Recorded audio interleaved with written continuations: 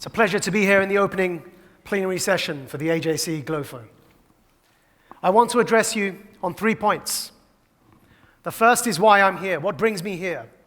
And the second is what the threat is I'd like to address with you this evening. And the third, how you can help, how we can help to address some of this. But the first, why am I here? You heard in this introduction a brief summary of my background. I won't go into that. What I will tell you, what I will talk to you about is an important moment in my life that stays with me to this day. And that is before joining the Islamist organization Hizb ut-Tahrir that I did at the age of 16 years old. I faced very severe and violent racism on the streets of Essex in the United Kingdom, where I was born and raised. And on one such occasion, when a group of neo-Nazi skinhead thugs were chasing us through the streets with hammers and with machetes and with screwdrivers, on one such occasion, I found myself surrounded. And I thought that this is it, the end of my life. I was 15 years old, surrounded by these burly men in their 20s who were members of Combat 18, a neo-Nazi paramilitary organization that has since been banned in the United Kingdom. And when surrounded by them, I thought this was the end of my, up until then, relatively young life. When from nowhere, a man crossed the street, an Englishman, a white man, a non-Muslim, who crossed the street, and he interjected. He asked these skinheads to stop attacking me. He asked them to leave me alone, for I was only a child. And what the skinheads then did, in a moment that probably saved my fragile life at that stage, is they held me back and they forced me to watch, as instead they stabbed this passerby on multiple occasions through his body for having the audacity to stick up for me and to defend me. They called him a Paki lover. That moment stuck with me for the rest of my life and has partly formed the man that stands here before you today, because it was an example of solidarity. And that's what I want to talk to you about. The importance of solidarity when facing such bigotry and discrimination, because it stuck with me for all those years afterwards, and for the 5 years in Mazra'at Ora prison in Egypt, and for many years subsequently, it stuck with me that that man stuck his neck out. And am I brave enough to do the same? There is a triple threat facing European civilization today. A triple threat. The first is from the far left, the extreme left wing. The second is from the far right. And the third is from the Islamist extremists. We're familiar with the far left and we're familiar with the far right. I'll give you a one-sentence definition of what I mean by Islamist extremism. And that is the desire to take any interpretation, any form of Islam as a religion, and impose it upon society. That's what I mean by Islamism.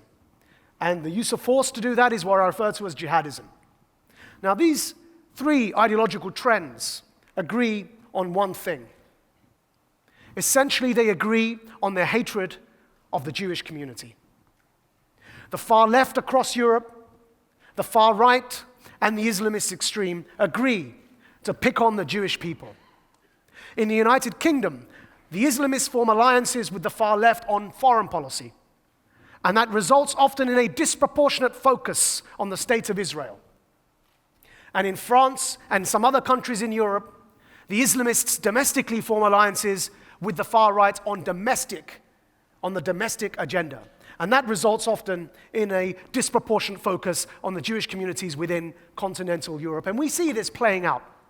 We see this playing out in the UK, with a rise of far-left politics and alliances with Islamist extremists, when leftist organizations form partnerships with groups that justify jihadist attacks in the name of a grievance against foreign policy. And we see it in countries like France, when far-right organizations make partnerships and alliances with certain Muslim extremists and go about targeting synagogues and attacking Jewish people. And it's this triple threat that is what we face as European citizens who care for human rights and liberalism in this day and age. It's this triple threat that all of you need to see a level of solidarity against, so that you can feel reassured that there are people speaking out against this. And this brings me to the third and final point.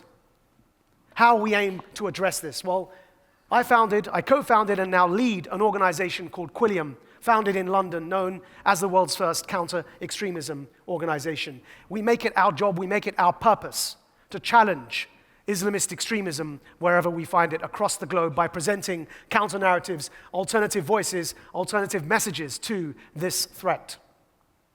And I can guarantee you that we will continue doing this. In the name of that solidarity that I was a beneficiary of at the age of 15, that probably saved my life, I will continue speaking out against Islamic extremism wherever and however we find it.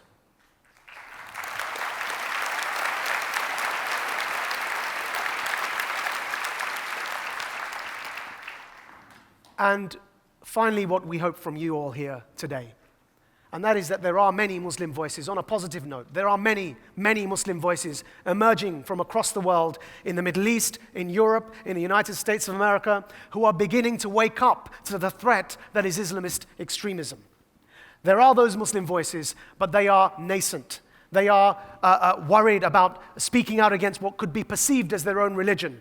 They face peer pressure. They face all forms of stigmatization and discrimination from within their own communities. So whereas we will continue to lead that charge to speak against Islamist extremism, I will ask you to find those Muslim voices wherever you see them, give them a chance, hear from them, cultivate those voices, because those partnerships mean everything if we are to march forward together against the scourge of anti-Semitism and against that triple threat. Thank you very much. Thank you. Thank you.